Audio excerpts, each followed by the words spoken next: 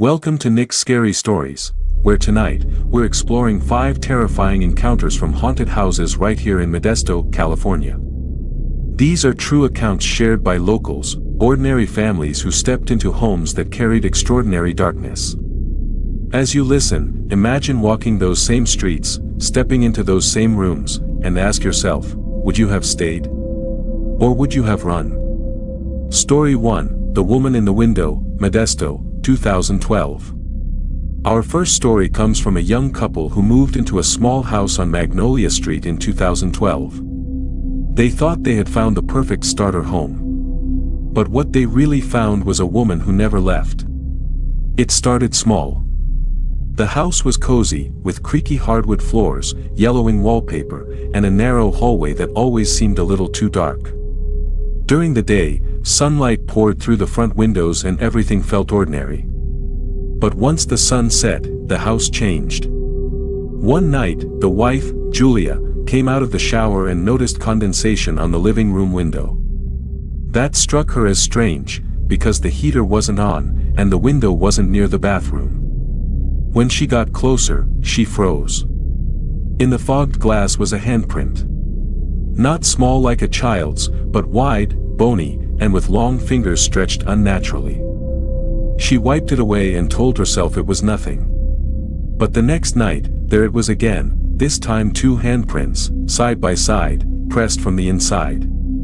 Julia didn't want to scare her husband, so she kept it to herself. But a week later, he was the one who brought it up. "Did you see her?" he asked, his face pale. Julia's stomach dropped. "See who?" He hesitated, then said, "There was a woman standing in the window last night. I thought maybe, I don't know, a neighbor. But she looked straight at me." That's when Julia confessed about the handprints. From then on, the sightings grew. They would catch her out of the corner of their eyes. A thin woman in a dark dress, her face obscured by tangled hair, always watching from the front window. Sometimes she was inside, sometimes she was outside, but always at the glass. Things escalated one night when Julia woke up gasping for air. Her husband shook her awake, terrified. She had been clawing at her throat in her sleep. When she looked down, she saw scratches across her collarbone, as if someone with long, sharp nails had dragged them there. The next morning, Julia refused to stay in the house alone. While packing an overnight bag, she glanced toward the living room and nearly dropped everything. The woman wasn't in the window anymore. She was standing inside the house, right behind the couch. Julia screamed and ran. By the time her husband came rushing in, the figure was gone. But the cushions on the couch had deep impressions, as if someone had been kneeling there, waiting. They contacted the landlord, desperate for answers. That's when they learned the truth. A woman had once lived there alone, decades earlier. Neighbors remembered her sitting at that same window for hours, staring into the street. After her husband left, she never went outside again. When she finally died, her body was found right there on the living room couch, slumped in front of the window, still facing the street. The couple moved out within a month. They swore never to drive down Magnolia Street again. But the landlord admitted something chilling. Every new tenant has reported the same thing. A woman in the window, still waiting for someone who never came home. And if you ever find yourself walking Magnolia Street at night, look closely at the glass. You might just see her handprints. Story 2, The Room That Wouldn't Stay Locked, Modesto, 1998. Our second tale takes us back to 1998, to a quiet corner of Modesto near Yosemite Boulevard. A family of 4 moved into a rental home that looked perfectly ordinary from the outside, a single-story house with a fenced yard, an old oak tree shading the porch, and 3 bedrooms. But the father noticed something odd on move-in day. One of the bedroom doors had a heavy bolt lock, on the outside. At first, he brushed it off. Maybe the last tenant used the room for storage. Maybe it was for safety. But within days, the family would understand why no one should ever spend the night inside. The youngest daughter, Megan, was 7 at the time. She insisted on having that bolted room as her bedroom because it was the largest. Her parents hesitated, but she begged, so they agreed. The first night, she slept fine. The second night, though, she woke up screaming. When her mother rushed in, Megan was crouched in the corner, pointing at the closet. "There's a boy in there," she cried, trembling. The parents checked, nothing. Just an old, empty closet. They comforted her and tucked her back in. But the screams kept happening. Always around 3 a.m. Always pointing to the closet. Her older brother, Jason, grew annoyed and decided to sleep in the room with her, to prove there was nothing there. But at 3:07 a.m., their parents heard 2 sets of screams. They burst into the room to find both kids huddled under the bed, their eyes wide with terror. When asked what happened, Jason said he saw a boy step out of the closet, skin pale, eyes black as coal, smiling wider than any human mouth should stretch. Megan whispered, "He said he wants to play." The parents tried everything. Night lights. Prayers. Even moving Megan into a different bedroom. But the activity followed the room. Every night, the door would swing open by itself, no matter how tightly it was closed. Sometimes the lock on the outside would snap shut with a loud click, trapping whoever was inside. One night, Jason dared his friends to stay over. 5 boys crowded into the room with flashlights and sleeping bags. Around midnight, they heard it, a soft knock, coming from inside the closet. At first they laughed, thinking one of them was playing a prank. But the knocking grew louder. 3 slow, heavy thuds. Then, the door handle began to turn. The boys screamed and scrambled for the hallway, but the bedroom door slammed shut before they could escape. They pounded on it, crying for help, until the parents forced it open from the outside. Inside, every flashlight was dead. The boys swore that, in the dark, they heard a child's voice whispering, "Don't leave me here." Finally, desperate for answers, the parents contacted the landlord. At first, he was reluctant to talk. But when pressed, he admitted something horrifying. Decades earlier, the house belonged to a troubled family. Their son, about 7 years old, had been locked in that same room for weeks at a time as punishment. Neighbors said they would hear him crying through the walls, begging to be let out. One night, the crying stopped. When the police investigated, they found the boy's body in the closet. He had died alone, surrounded by his toys. The parents were charged with neglect and the house was sold. The landlord never told new tenants, hoping the stories would fade. But he admitted, every family that moved in after reported the same thing. The door wouldn't stay shut. And children always claimed to see the boy in the closet. The family left within 6 months.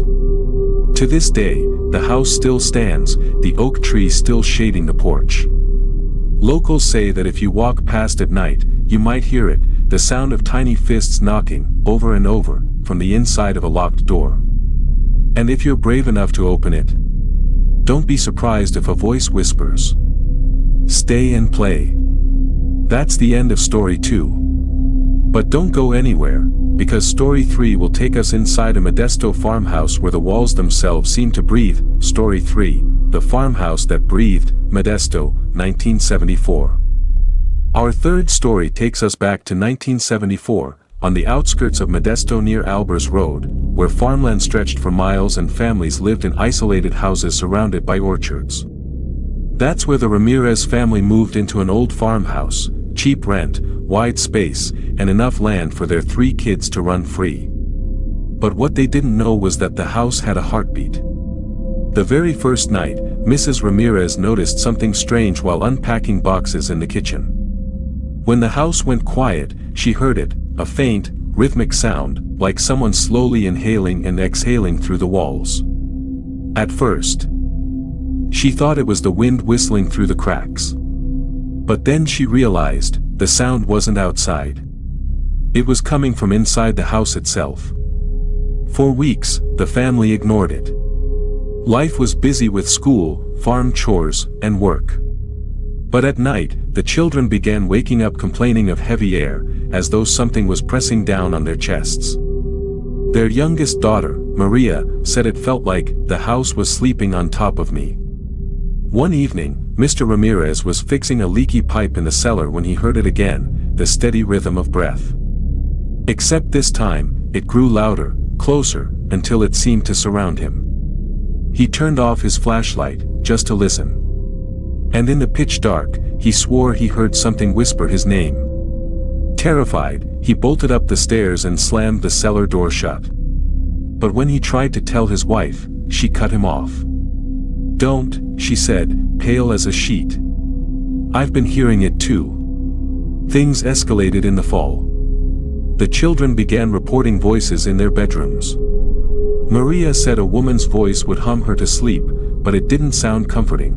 It sounded like crying, drawn out, mournful. Their oldest son claimed the closet door would open on its own at night, and the air inside would feel warm, like a person had just stepped out.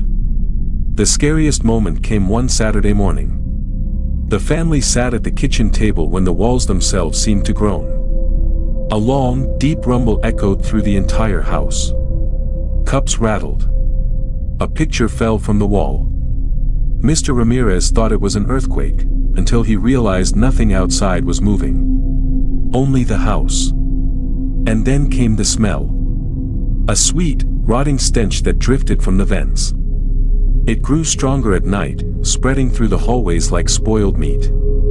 Desperate, they invited their local priest to bless the house. He walked the rooms, sprinkling holy water, but when he reached the cellar, he froze. He pointed to a section of the wall and said softly, "This isn't right." The Ramirez family helped him move aside some shelves, and that's when they saw it, a bricked-up doorway, half hidden by years of paint and dust. The priest refused to go further, but Mr. Ramirez couldn't leave it alone. That night, he grabbed a hammer and began breaking through the bricks. Behind the wall was a small, hidden room. No windows. Just dirt floor and crumbling plaster. And inside, in the corner, was an old iron bed frame with rotting straps tied to it. The walls were scratched with deep gouges, like fingernails dragged across stone. And written over and over, in a child's uneven handwriting, was a single word, "breathe." The Ramirez family left within the month, abandoning most of their belongings. The house still stands, though now it's overgrown and collapsing into itself. Locals say if you walk near the farmhouse at night, you can hear it, the slow inhale and exhale of the walls. Some even claim that if you put your hand against the siding, you'll feel it. Warm. Pulsing. Alive. And if you listen long enough, you might hear the same whisper the Ramirez family did, echoing from beneath the floorboards, "Breathe with me." Story 4, The Duplex of Mirrors, Modesto, 1991. Our fourth story brings us to 1991, when a young couple, James and Heather, moved into a small duplex on Tully Road. It wasn't fancy, just 2 bedrooms, creaky floors, and thin walls. But for newlyweds starting out in Modesto, it was perfect. Or at least, it seemed that way. The first strange thing they noticed was the mirrors. Every room had one. The landlord said the previous tenants left them, and since mirrors were expensive, he didn't bother taking them down. There was a mirror in the living room, one above the fireplace, one in each bedroom, and even a full-length one in the hallway. Heather thought it was odd, but James joked that it just made the place feel bigger. But soon, Heather began to feel watched. One night, she woke to use the bathroom. As she passed the hallway mirror, she froze. The reflection looked wrong. It wasn't just her sleepy face staring back. Behind her, in the reflection only, was a tall figure standing in the living room. A man, thin and pale, wearing what looked like suspenders and an old-fashioned shirt. She spun around. The living room was empty. Heart pounding, she turned back to the mirror. He was gone. She didn't wake James. She just crawled back into bed, too afraid to speak. The next week, James had his own experience. He was shaving in the bathroom when he saw something in the mirror's corner. A shadow, small and fast, darting past the doorway. He thought Heather was messing with him, so he called out, "Nice try, babe." But there was no reply. He checked every room. She wasn't home, she was still at work. When Heather returned later, James admitted what happened. That's when she told him about the man in the hallway mirror. James didn't laugh this time. From then on, the mirrors became a source of fear. Sometimes, their reflections moved a split second slower than they did. Other times, they would catch glimpses of people who weren't there, an old woman brushing her hair, a child standing barefoot in the corner, a faceless man leaning too close. Heather tried covering one mirror with a sheet, but by morning, the sheet was on the floor. James nailed a blanket over the living room mirror, but when he came home from work, the blanket was folded neatly on the couch. It was as though the house wanted the mirrors uncovered. Things escalated one stormy night. The couple was in bed when Heather woke to the sound of whispering. At first, she thought it was James talking in his sleep. But when she leaned closer, she realized the whispers weren't coming from him, they were coming from the bedroom mirror. She stared into it, and in the faint lightning glow, she saw the reflection of their bed. Except, James wasn't sleeping in it. His reflection was sitting up, staring straight at her with eyes too dark and wide. And beside him, in the reflection only, was that same tall man in suspenders, standing over her. Heather screamed and shook James awake. When he turned toward the mirror, both figures vanished. The couple couldn't take it anymore. They called the landlord and begged to know what had happened in that duplex. At first, he refused to say. But eventually, he admitted that years earlier, a man had lived there who was obsessed with mirrors. He collected them, filled every room, and told neighbors they were doorways. One night, he was found dead in the living room, all the mirrors surrounding him shattered, except for one. The same one still hanging there now. James and Heather moved out the following week, leaving all their belongings behind. When the landlord asked why, Heather simply said, "Because sometimes, when I look into the mirrors here, I don't see us anymore. I see them." To this day, the duplex on Tully Road has trouble keeping tenants. People say mirrors always appear inside no matter how many are taken out.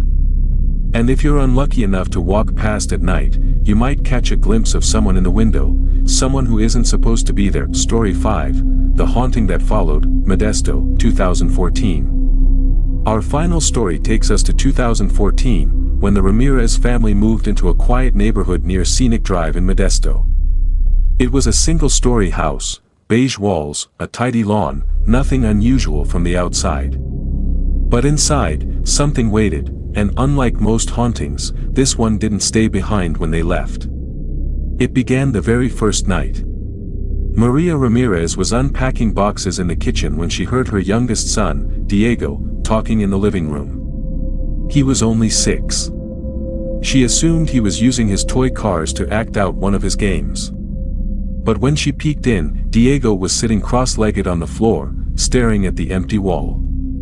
"Who are you talking to, Mijo?" Maria asked. Diego didn't look at her. He just whispered, "The lady." Maria froze. "What lady?" Diego finally turned, his eyes wide and serious. "The one who lives here." The next few weeks, things only grew stranger. The family's dog refused to enter the hallway. Doors creaked open on their own.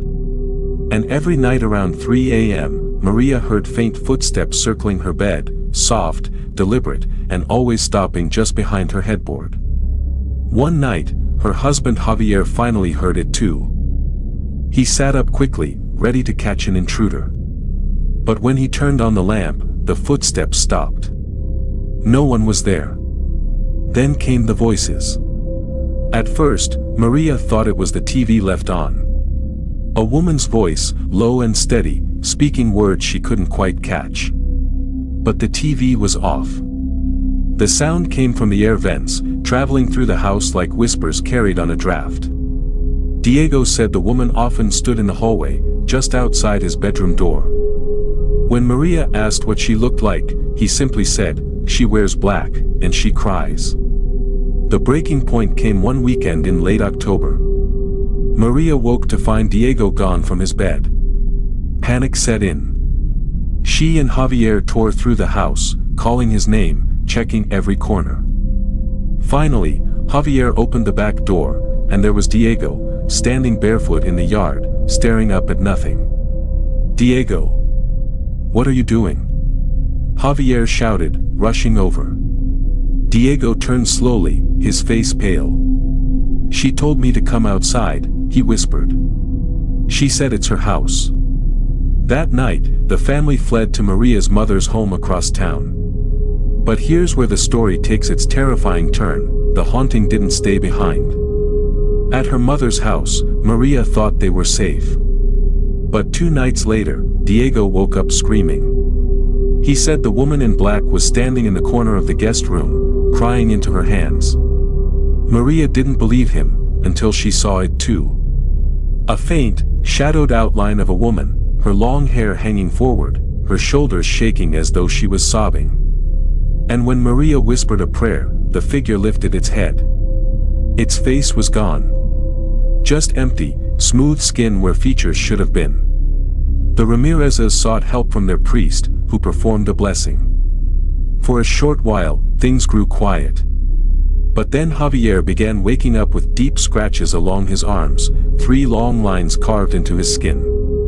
He insisted they burned as if made by fingernails. Maria contacted a local historian, desperate for answers. That's when they learned the truth: their scenic drive home had been built on land once used as a temporary burial site during a 1930s influenza outbreak. The bodies had been relocated, but records showed that not all graves were exhumed. Some were left behind, covered by concrete and foundation. The woman in black, Maria realized, wasn't bound to the house. She was bound to them. The family moved again, this time to Sacramento. But even there, Diego still woke crying some nights. He said the lady followed them in the car. He said she liked sitting in the back seat, watching quietly. Today, the Ramirez family refuses to talk about what happened. Maria only shared this story once with a close friend, who later passed it along. Her last words on the subject were chilling. "You can leave the house, but you can't make her leave you." And that concludes our 5 terrifying haunted house stories from Modesto, California. From shadows and mirrors to hauntings that never let go, these tales remind us that sometimes the scariest part of a home isn't what's inside the walls, it's what follows you after you leave. So tell me, would you dare sleep alone tonight?